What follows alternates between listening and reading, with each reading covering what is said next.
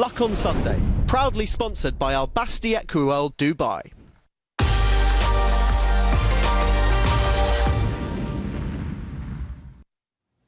Welcome back, you're watching Luck on Sunday, and once again during the talking points, the subject of equine welfare came up. And wherever you are in the world, this is the most pertinent subject in racing at the moment, whether it be Santa Anita and the scrutiny in Californian racing, whether it be the horses scratched before the Melbourne Cup that we spoke about with Hughie Morrison a few weeks ago, whether it be about parties putting in their manifestos just weeks ahead of the general election that racing needs an independent welfare and regulatory body without the borders of the sport.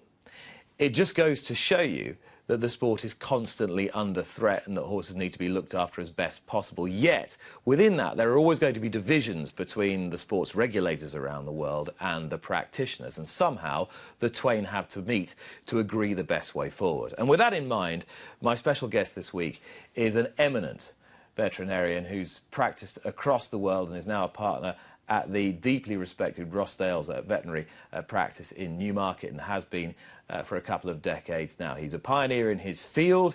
He has published eminent work on the subject. He is Pete Ramzan. Pete, good morning. Thank you, Nick. Thanks for the introduction. I liked your tweet, forthright, which usually means it's code for mouthy. But it's good to be on.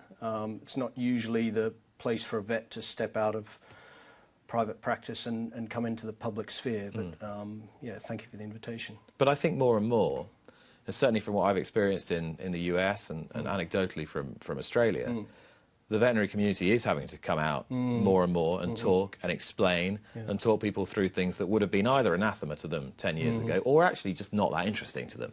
People are interested in what you do, aren't they? Yeah, absolutely. And, you know, it's difficult for the public some of these issues are things that even the experts spend a long time debating and have nuanced views on, but you know, it's difficult to get across all points to the public. The public have a great thirst for knowledge in this area, and in the States they do it particularly well. Some of those vets have become very prominent figures in the public eye, and that's needed, you know, particularly when you're dealing with situations like injuries on race day. So would you like to see a bit more of that here? I know ITV experimented with it for a little while, sort of having an almost resident vet. What do you think the right balance to strike is? I mean, I dread being involved. You know, it's a lot of pressure, and but I think maybe it should be considered. I think certainly there needs to be a more constructive and cohesive way for racing vets or vets that are at the front line and represent trainers and really are the experts in their field to interact with both the regulator and the public. I mean, I think that needs to happen. In the past, it's been, you know, we'll get a phone call from the Racing Post or something for a quote, you know, from an individual veterinary surgeon to quote on a big issue. And I think there's probably a better way forward than what we've been doing so far, you know. How, as you see it now, November 2019, how good a job do you think the BHA does in regulating the sport from a veterinary perspective? The problem, I mean, I think we're all used to, particularly in this country, people who govern us are not particularly good at some things, and we're all used to bumps on the road with regulations that come in that are flawed, and we have you know, people aren't always aware, but there's always a low-level sort of background conversation that we have with the BHA to tweak some of these rules to make them fit for purpose. And we're all used to those sorts of things. There are some, when big issues arise, and some of the big issues that have arisen, you know, in the recent period, speak to the fact that the BHA haven't consulted properly with the veterinary community. Now, they have a BHA veterinary committee, but I think if you were to ask both present and past members of that committee how that consultation process goes, there's a general feeling that the BHA don't seek meaningful consultation most of the time, and when they do, often that consultation is with a group of people who don't then have the time or necessarily the contacts to feed out to the industry at large. And I think that can be improved. And And that's better for all of us. That's better for not just us as practicing vets and trainers and for equine welfare, but that's better for the BHA. You know, to have these things that could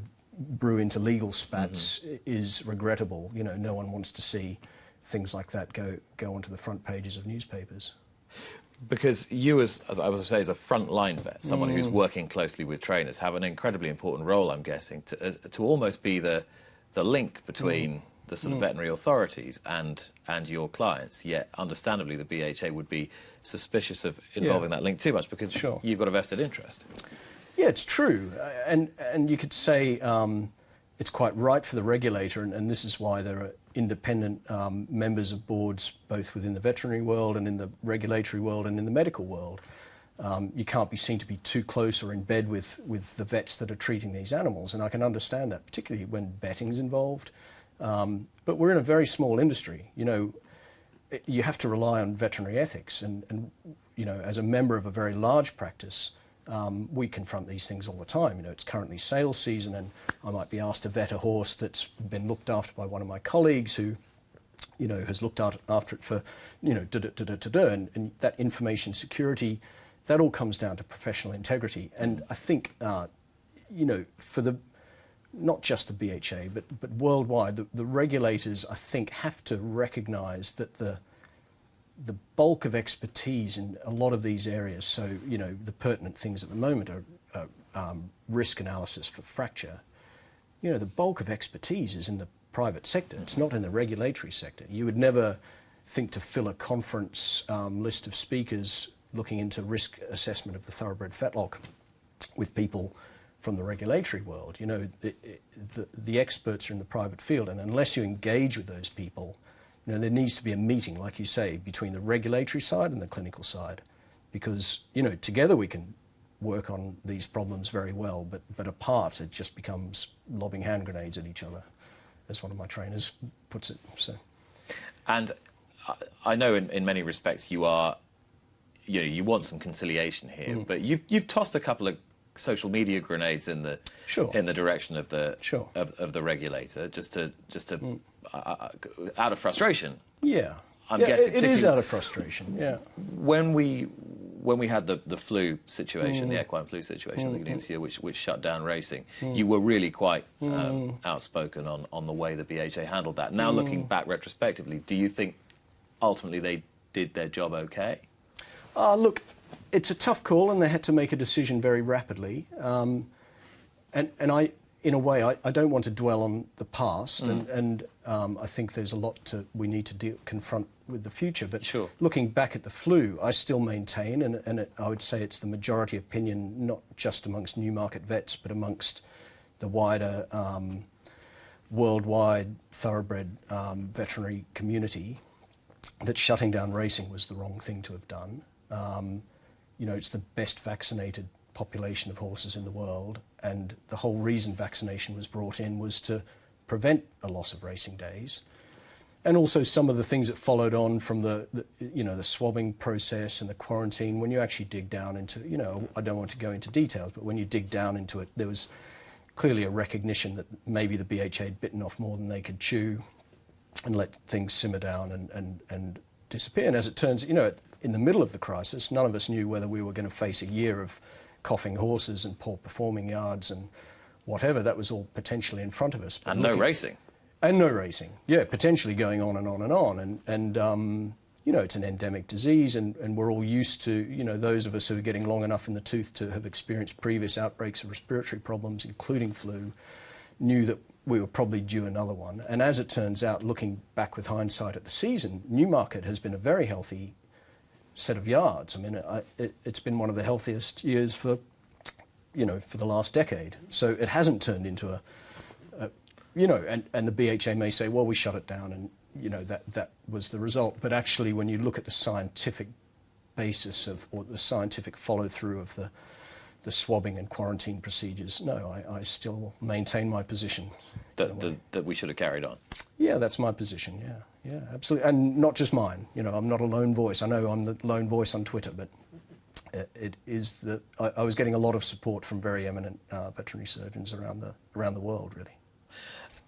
Looking at the Marmello case that you alluded to there in terms of pre-race scanning. How big an issue could this become for racing internationally? Well, I think this is really the big thing going forward. So, you know, even the flu thing pales into insignificance, in my view. The regulators are under huge pressure to prevent race day injury. I mean, in a way, going back to animal welfare, I mean, I'm very much a person who believes that the way an animal lives is more important than how it dies, and a racetrack fatality is not necessarily, if you view it through an ethical perspective, is not necessarily a huge welfare problem. It's terrible for connections. It's obviously terrible for the horse, and it can be visually shocking. Visually shocking. So it's bad for the imagery sport. and the optics. Absolutely. We agree on all of those things, but you cannot have an attitude that even one fracture is too many with racing, because you cannot prevent all fractures, and you can't prevent horses breaking legs when they gallop around a paddock at home when they're turned out. And what we need to do is minimise serious injury, and we've made great strides in that, but there's still more work to do. I think there should be a very positive message. You know, Britain particularly, I get to travel around the world and see the way other jurisdictions operate and the way other vets work in their yards, and I always come back to Britain and think, God, we've got it really spot on here. You know, we've got, it's no longer sort of James Herriot days. Of course that exists, and I've worked in the West Country, but, people driving around one-man bands does exist, but the majority of racehorses in Britain are cared for by multidisciplinary teams of experts in their field, and people who are more likely to be reading journal papers at night and going to conferences than, down the pub. So, the fact is we look after our racehorses in Britain very well, and we've got quite a low injury rate worldwide, but that can be improved, I think, with some sensible measures long term. I just want to dig down into this pre-race scanning, situation that saw the removal of Marmello and Red Verdon and a horse from Charlie Appleby's stable all taken out of the Melbourne Cup by veterinary officials rather than veterinary surgeons, or those at the sharp end, if you like. Huey came on the programme and you could see he was pretty mortified by the whole situation. Was he right to be, do you think? Yeah. So in preparation for this, I've had the opportunity to speak to both Huey and to Ed Dunlop, both of which, particularly Huey, has been able to give me full access. He gave me full access to the veterinary records and all the subsequent information and reports relating to his horse. So I've gone through those. It is clearly the case that that Marmello should not, with hindsight, have been scratched from the Cup. I mean, it's clearly the case. So the horse subsequently had an MRI scan. So he underwent a CT scan with their new scanner at Melbourne, and then he was scratched, and he had an MRI scan, and those images have been viewed by experts, international experts in their field. And the findings from the CT machine scan that was done that scratched him are not corroborated by the MRI. And it has to be said that it could be viewed, in the public sphere, this spat could be viewed as the horse had an injury and now there's a slightly lofty academic dispute between experts here and in Australia and wherever about whether the horse should have run or what the prognosis is. But I cannot say more firmly that that's not the case. So the horse had findings. So the CT machine in Melbourne this technology has been coming on, and everyone's been looking forward to it very much. And however, it shows in great architectural detail the fetlock of the thoroughbred.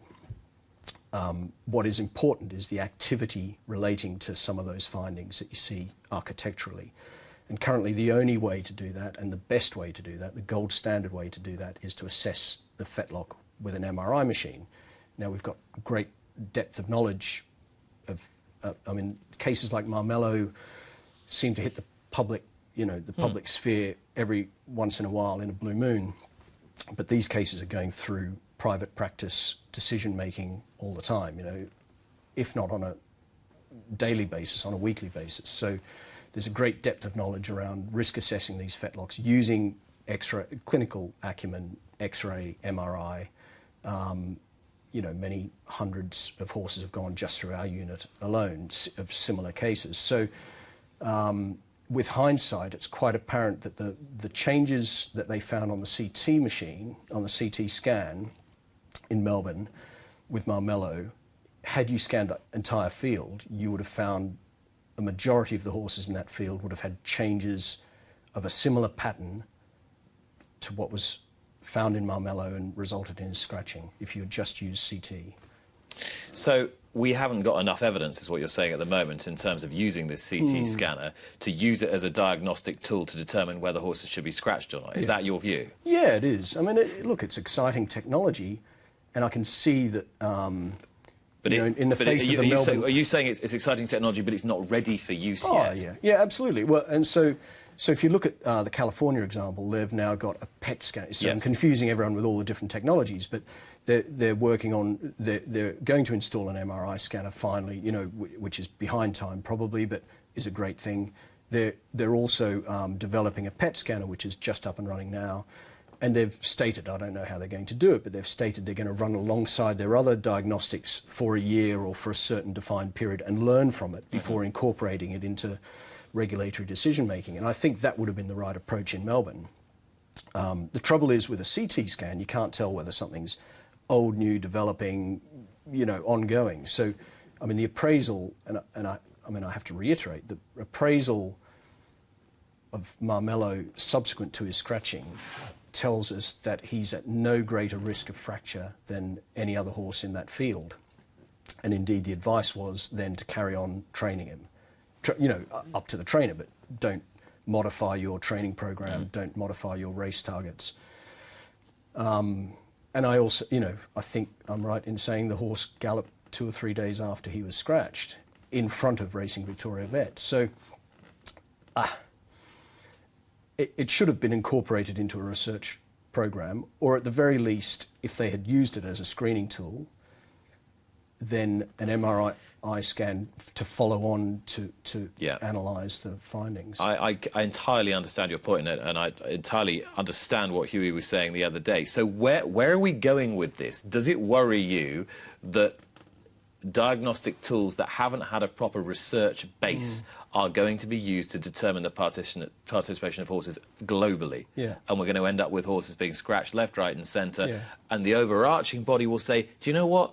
We'll cope. We can cope with that because we're not going to get a criticism if we take a horse out. Yeah, absolutely. But if we see something on a scan and the horse goes and dies, then we're finished. Oh, absolutely. And I mean, it's the safe decision to scratch a horse because you can never be proven wrong, can you? Whereas if you go out on a limb, and you wouldn't have been going out on a limb with Marmello. But where does it end? Well, what really needs to happen, I mean, so many of these horses are travelling to 2 or 3 different jurisdictions during their careers, and what needs to happen is there needs to be an international consensus, an international panel to decide on the tricky cases. Now, it's very nuanced and there's no easy answer, and it's unlikely that there will be an easy answer in the near future about how to risk assess a thoroughbred for risk of fracture during an upcoming race. I mean, it's really tricky. It doesn't just come down to lameness on race day or the week before race day, but there needs to be at least, it shouldn't be beyond the wit of man or woman to get together some sort of international panel to agree on criteria